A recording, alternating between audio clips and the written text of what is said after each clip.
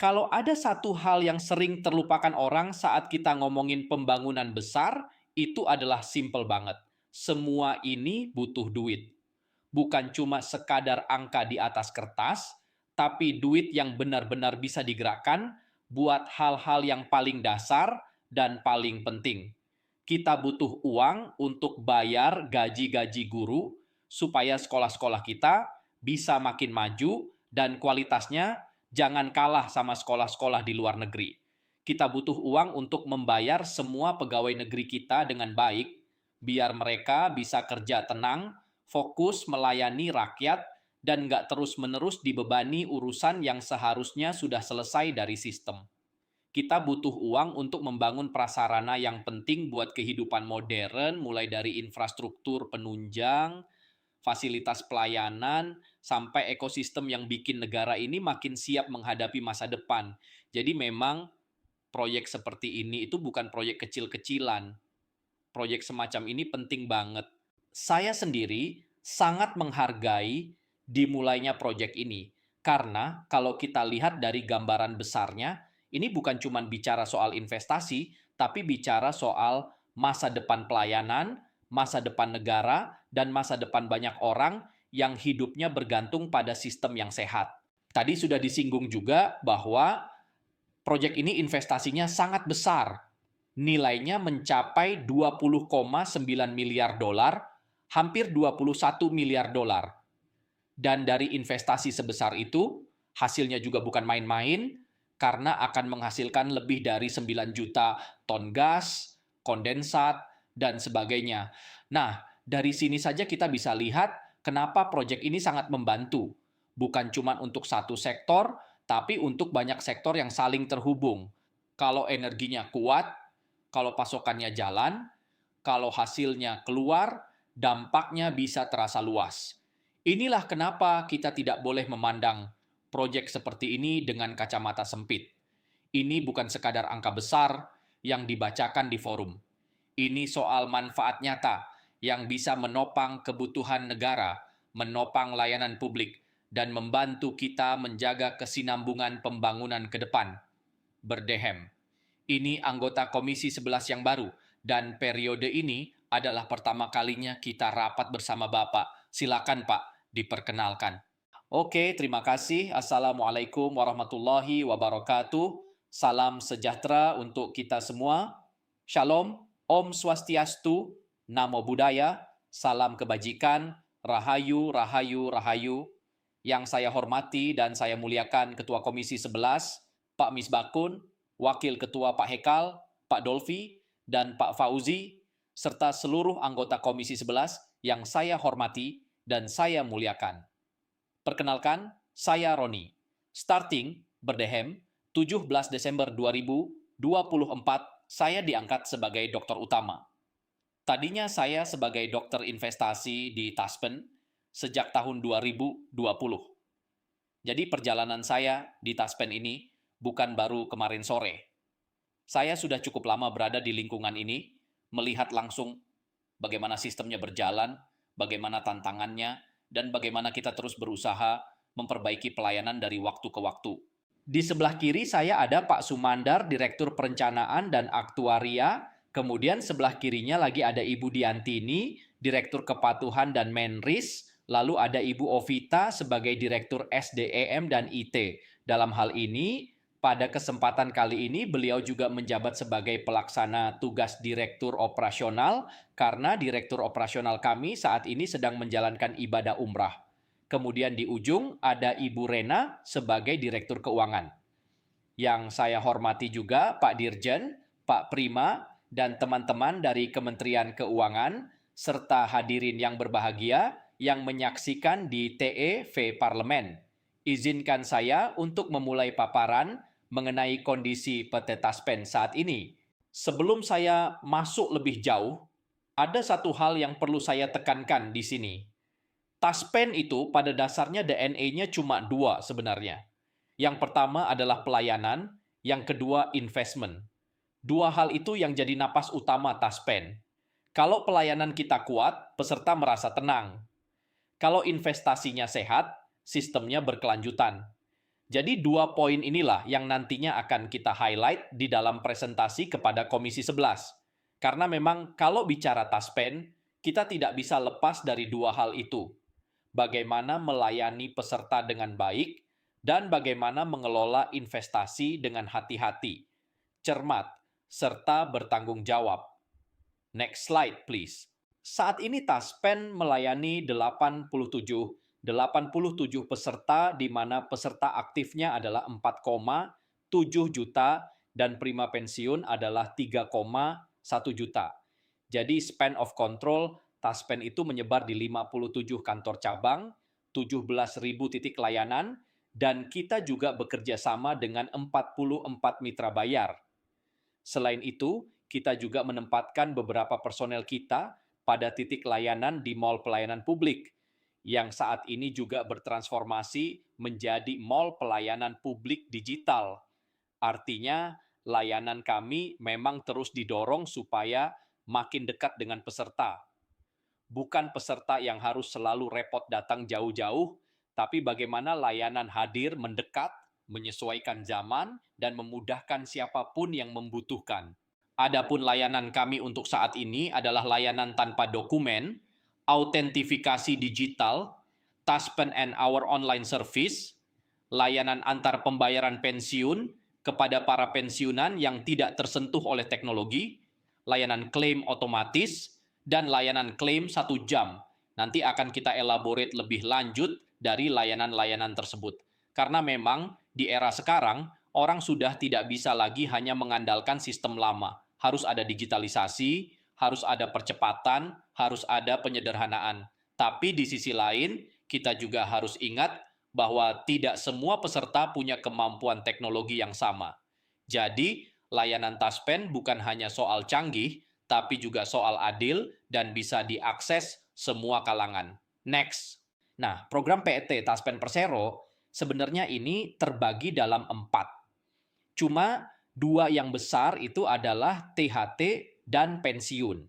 Jadi untuk THT sendiri itu kalau kita lihat di sini iurannya adalah 3,25% dari Gapok Plus tunjangan untuk masa perlindungan peserta aktif dan pensiun.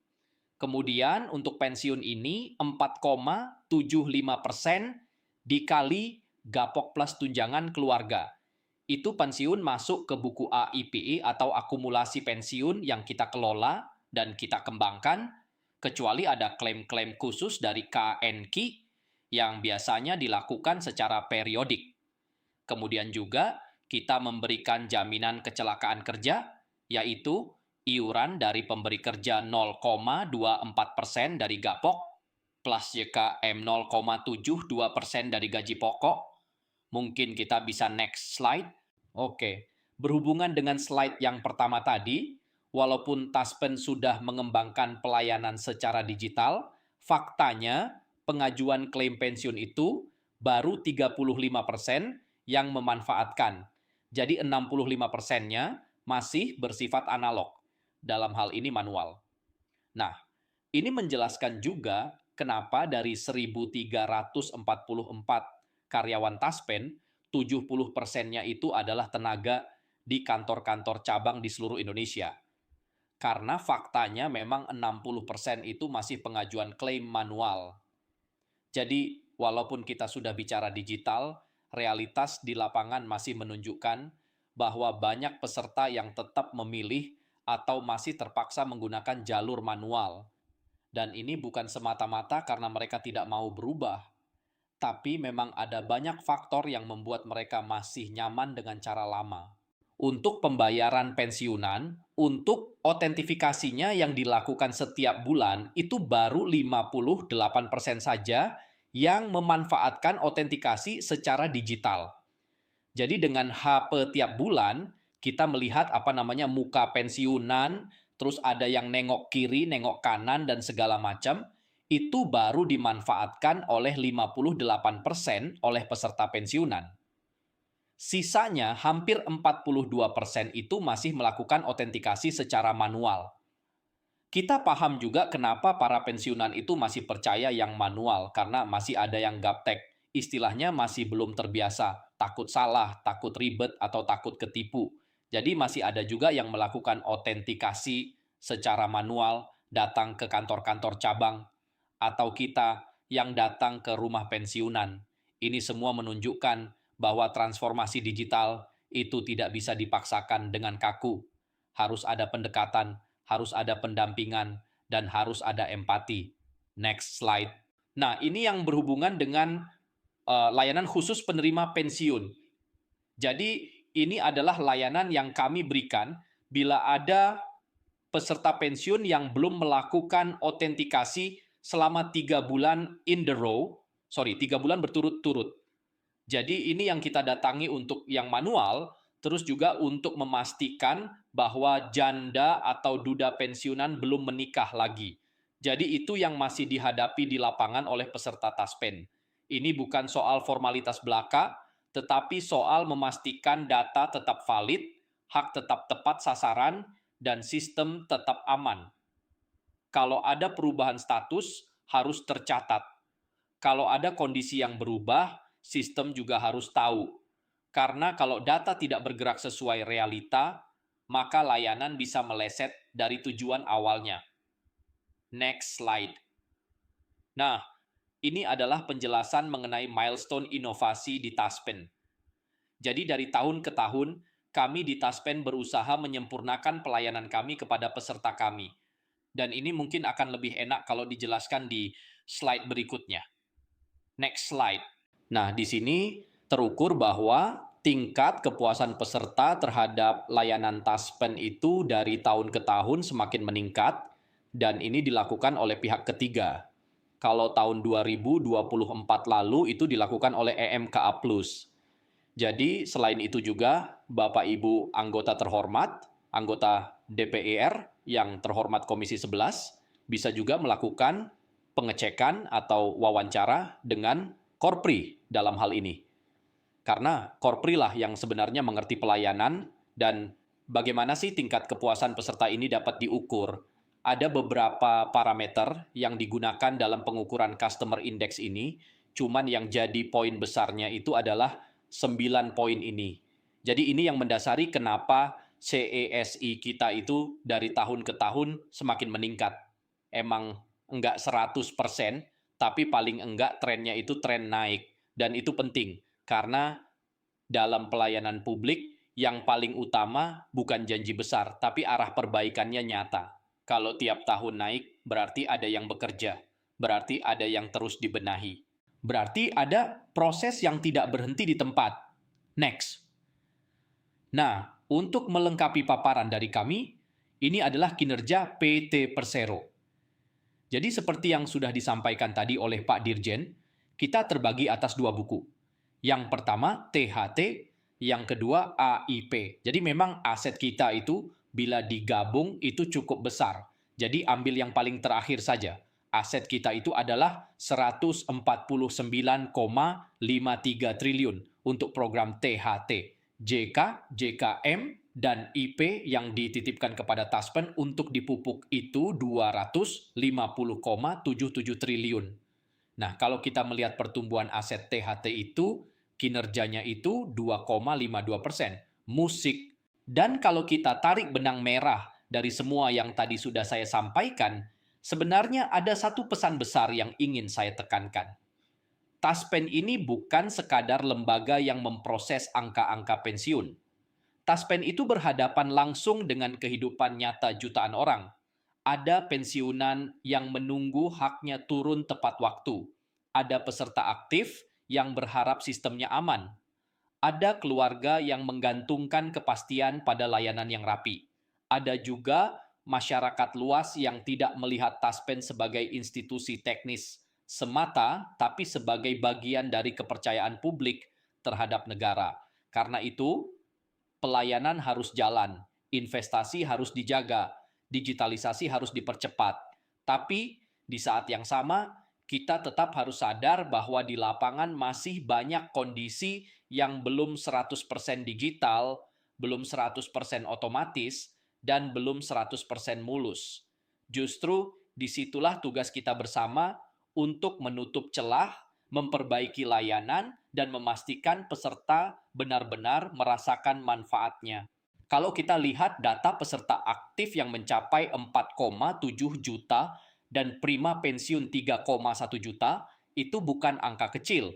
Itu artinya ada jutaan harapan, jutaan tanggung jawab, dan jutaan cerita hidup yang melekat di dalam sistem ini. Belum lagi 57 kantor cabang, 17.000 titik layanan, dan kerjasama dengan 44 mitra bayar. Semua ini bukan sekadar struktur organisasi. Semua ini adalah jembatan agar layanan bisa sampai ke masyarakat dengan cara yang paling bisa diakses. Dan ketika kita bicara layanan tanpa dokumen, autentifikasi digital, and our online service, layanan antar pembayaran pensiun, klaim otomatis, serta klaim 1 jam, sebenarnya kita sedang bicara tentang satu arah besar. Membuat pelayanan semakin cepat, semakin sederhana, semakin manusiawi, dan semakin relevan dengan kebutuhan zaman. Tentu saja kita tidak menutup mata bahwa masih ada 65% pengajuan klaim yang manual. Masih ada 42% peserta pensiunan yang autentikasinya dilakukan secara manual. Itu fakta. Dan fakta itu bukan untuk disembunyikan, tetapi untuk dijadikan bahan perbaikan. Karena kalau kita jujur melihat realitas, maka kita juga akan lebih jujur dalam membangun solusi. Pensiunan yang masih datang ke cabang, yang masih minta dibantu, yang masih merasa belum nyaman dengan digital, itu bukan beban. Mereka justru bagian penting dari alasan kenapa Taspen harus tetap hadir dengan pendekatan yang ramah. Jadi digital iya, modern iya, tapi manusia tetap harus jadi pusatnya. Lalu soal layanan khusus bagi penerima pensiun yang belum autentikasi 3 bulan berturut-turut, itu juga menunjukkan bahwa sistem tidak boleh kaku. Kalau ada yang tidak melakukan autentikasi, tidak berarti langsung diabaikan. Justru harus dicari tahu kenapa. Karena bisa jadi ada kendala kesehatan, bisa jadi ada kendala akses, bisa jadi ada masalah komunikasi, atau memang ada kondisi khusus yang harus dipahami.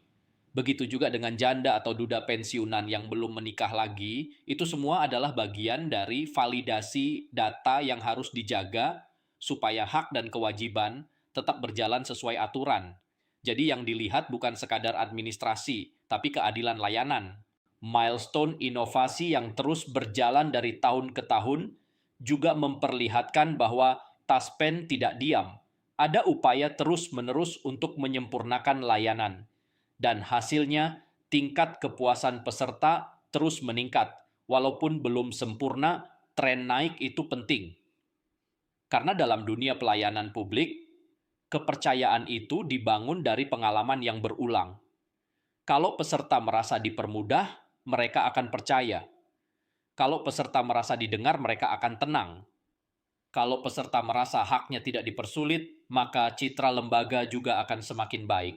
Soal kinerja aset yang sudah mencapai 149,53 triliun pada program THT, JK, JKM, dan IP yang dititipkan kepada Taspen untuk dipupuk sebesar 250,77 triliun, ini juga menunjukkan betapa besar amanah yang dikelola. Itu bukan angka kecil yang bisa disepelekan, dan pertumbuhan aset TEHT sebesar 2,52% itu menjadi penanda bahwa pengelolaan dilakukan dengan kehati-hatian. Karena kalau aset sebesar itu tidak dijaga dengan baik, dampaknya bisa kemana-mana. Maka wajar kalau perhatian terhadap tata kelola, kepatuhan, investasi, dan pelayanan menjadi sangat penting. Semua unsur itu saling mengikat. Jadi, apa inti dari semua paparan ini? Intinya sederhana, tapi berat. Taspen harus terus menjaga 2 DNA utamanya, pelayanan dan investment. Pelayanan harus makin cepat, makin mudah, dan makin dekat dengan peserta. Investment harus makin kuat, makin aman, dan makin berkelanjutan. Kalau dua-duanya jalan, maka hak peserta bisa terjaga, kepercayaan publik bisa meningkat, dan lembaga ini bisa terus berdiri di atas fondasi yang sehat. Itulah kenapa hari ini Di hadapan Komisi 11, kami datang bukan hanya membawa angka, tapi juga membawa komitmen. Komitmen untuk terus berbenah, komitmen untuk melayani lebih baik, dan komitmen untuk memastikan Taspen tetap menjadi lembaga yang bisa diandalkan. Karena pada akhirnya, yang paling penting bukan hanya besar kecilnya angka investasi, bukan hanya banyak sedikitnya cabang, bukan hanya canggih atau tidaknya sistem digital. Yang paling penting adalah apakah peserta benar-benar merasakan manfaatnya, apakah pensiunan merasa aman, apakah pelayanan mudah diakses, apakah hak mereka dibayar tepat waktu, apakah negara hadir dengan sistem yang layak, itulah ukuran yang sesungguhnya. Dan selama pertanyaan itu masih dijawab dengan kerja nyata, maka arah kita masih benar, musik